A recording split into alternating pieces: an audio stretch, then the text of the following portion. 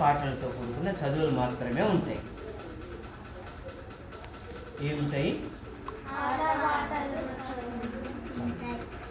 Quality education. ఏం education? అంటే విలువలతో కూడుకున్నటువంటి చదువు. మెయిన్ ఇక్కడ ఏంటంటే మెడిటేషన్, మోటివేషన్, యోగా. ఈ మూడు ప్రధానమైన అంశాలు. ఈ మూడే అంటే ముఖ్యమైన సబ్జెక్ట్స్. ఏవేవి?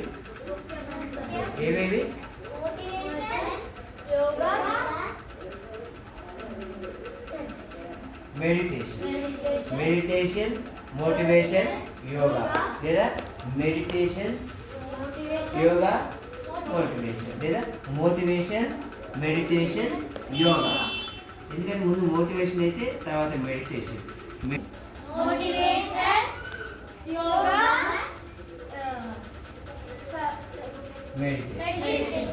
మెడిటేషన్, మోటివేషన్,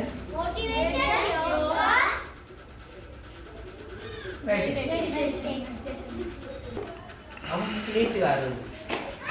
మార్నింగ్ నుంచి ఈవినింగ్ వరకు ఏముంటాయి? Indoor games, outdoor games. ఇక్కడ మన చుట్టుపక్కల ఉన్న పిల్లలు అందరూ రావాలి. మనం ఏం చేస్తాం తెలుసా? ఒకరోజు రేపు క్యాంపెయిన్ చేద్దాం.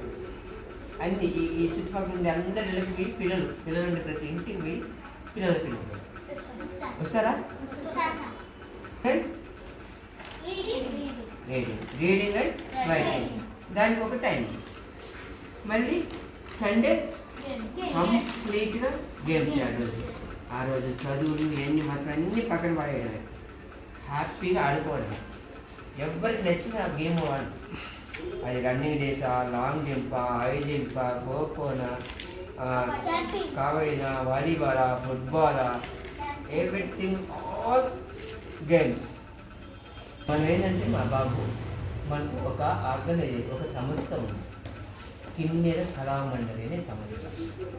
ఆ సంస్థ వాళ్ళు ఏంటంటే భవిష్యత్తులో మనకు పిల్లలకి ఎడ్యుకేషన్ సంబంధించినటువంటి కొన్ని సపోర్ట్స్ కూడా చేస్తారు.